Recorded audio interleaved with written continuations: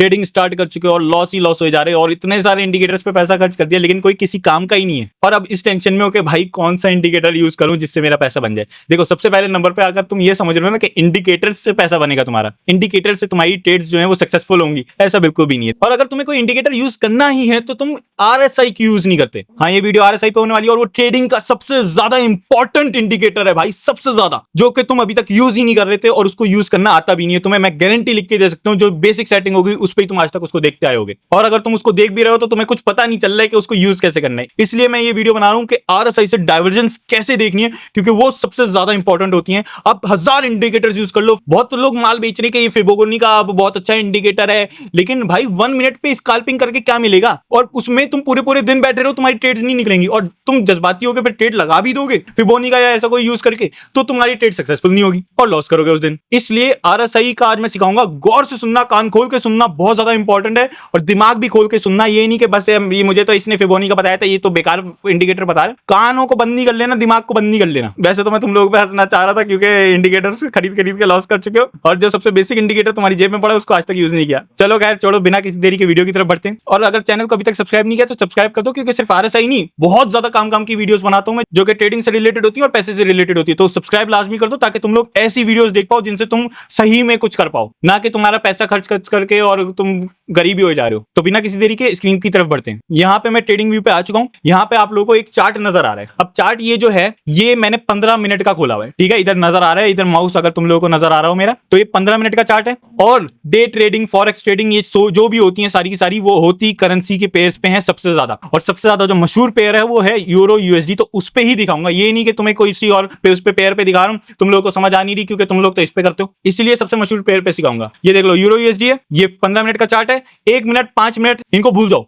ये नहीं होते, एग्जिस्ट ही नहीं करते तुम्हारी जिंदगी में अगर तुम लोगों को सही ट्रेडिंग करनी है और पैसा कमाना है ट्रेडिंग से। ये देखो आरएसआई इधर नीचे खोला हुआ है, इधर ऊपर वो खोला हुआ है। अब आरएसआई सेट कैसे करना है वो पहले बात करते हैं। सबसे पहले नंबर पे जब आप आरएसआई किसी भी ऐप में डाल लोगे, जैसे मेटा ट्रेडर है या ये ट्रेडिंग व्यू जहां पे आपको चेक करना हो, वैसे तो मोस्टली मेटा ट्रेडर पे ट्रेड कर रहे होगे। मेटा ट्रेडर पे जब आप डाल लोगे तो उसमें सेटिंग होती है, वो सेटिंग मैं बता रहा हूं वो कर लो पहले। इधर से हम सेटिंग पे चलते हैं। ये 3 या 2 आपको मिलेंगे पहले से सेट, एक तो 70 होगा, एक 30 होगा और एक 50 होगा, ठीक है। अगर 50 नहीं है तो 70 या 30 लाजमी होगा। तो हमने क्या करना है, हमने 70 और 30 को रहने देना है अगर मेटा ट्रेडर पे है। अगर नहीं है मेटा ट्रेडर पे तो 70 जो है उसको 85 कर देना और 30 जो है उसको 15 कर देना। लेकिन अगर मेटा ट्रेडर पे हो 70 भी रहने दो, 85 भी रहने दो, 50 भी रहने दो, 30 भी रहने दो और 15 भी ऐड कर दो, ठीक है। अब तुम लोगों ने ऐसा एक पूरा बना लेना है आरएसआई जो मैंने तुम्हें बताया, 85 70 50 30 15, ये बना लो आरएसआई और फिर ये देख लो मेरी वीडियो। अब देखो मैं तुम लोगों को सिखाऊंगा कि आरएसआई की डाइवर्जेंस कैसे पकड़नी है। देखो आरएसआई की डाइवर्जेंस हलवा है, लेकिन ये वो हलवा नहीं है कि तुम लोग बस हलवा खा लो। दिमाग लगाना, ट्रेडिंग में दिमाग की जरूरत पड़ती है और वो तुम्हें इधर भी लगाना पड़ेगा।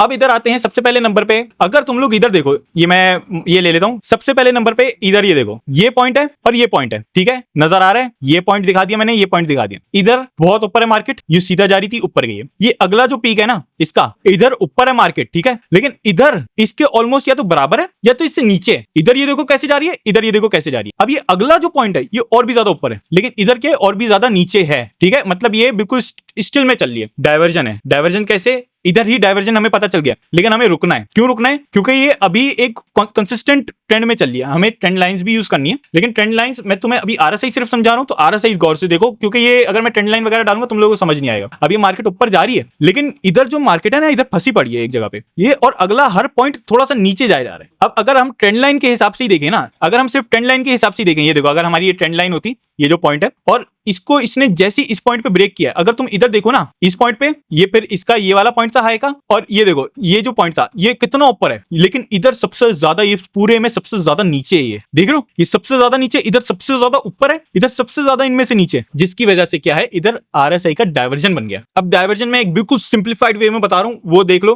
कैसे। अगर आपकी मार्केट यूं करके ऊपर जा रही है, ठीक है, ये आपकी मार्केट ऊपर जा रही है और आरएसआई या तो यूं नीचे जा रहा है उसके ट्रेंड के ऑपोजिट, या तो उस ट्रेंड के बिल्कुल यूं सीध में ही जा रहे हैं, ठीक है, जैसे इधर हो रहा है, मतलब डाइवर्जन आने वाला है। डाइवर्जन क्या होता है? ऑपोजिट, आरएसआई ऑपोजिट है, मार्केट ऑपोजिट है। अब आरएसआई है क्या? बात ये है, आरएसआई लोगों का ये है कि कितने लोग उस वक्त मार्केट में वो चीज चाह रहे हैं, ठीक है। अब ये मार्केट ऊपर तो जा रही है, लेकिन ज्यादातर लोग ये चाह ही नहीं रहे, जिसकी वजह से क्या है, इधर वो पीक नहीं बन रही जो इधर बननी चाहिए, ठीक है। इधर जो पीक बन रही है वो बनी नहीं रही, इधर डाउन ट्रेंड स्टार्ट हो गया, मतलब डाउन ट्रेंड स्टार्ट हो गया, लोगों ने पैसा बाय पे लगाना बंद कर दिया। तभी आपको ये ज्यादा रेड्स नजर आएंगे ग्रीन के मुकाबले में। ग्रीन तो एक बूस्ट मिलेगा, लेकिन रेड्स आपको फोर्स करते हुए नजर आएंगे कि ये नीचे जाना चाह रही है मार्केट। और आरएसआई भी आपको यही कहेगा कि भाई ये नीचे जा रही है मार्केट, और ये आपको देखना पड़ेगा। डाइवर्जन ऐसा मैंने बताया ना, हलवा तो है, लेकिन इतना भी हलवा नहीं है कि दिमाग लगाए बगैर तुम इसको इस्तेमाल करने लगे हो कि वो इसने तो बता दिया था भाई वो ने तो डाइवर्जन, तो ये तो डाइवर्जन बन गया, हालांकि उधर बना नहीं। तो अब इधर देखो, अब जैसे ही इस पॉइंट पे ये नीचे आया, इधर से मार्केट नीचे गिरी। अब ये मार्केट नीचे गिरी। अब एक और चीज ध्यान में रखो, देखो इधर क्या है, इधर कोशिश हो रही थी नीचे आने की, ठीक है। ये नीचे था, ये नीचे था, ये नीचे था, ये इसके मुकाबले में ऊपर था, ये इसके मुकाबले में ऊपर था, ये इसके मुकाबले में ऊपर था। लेकिन क्या है, इधर जो है ना, इधर बिल्कुल ये स्टेबल चल रहा है। अब ये आपकी ट्रेंड लाइन को इसने ब्रेक किया इस पॉइंट पे। अब ये जैसे आपको ब्रेक किया ना, अब आप ये देखो, ये जो पॉइंट है, ये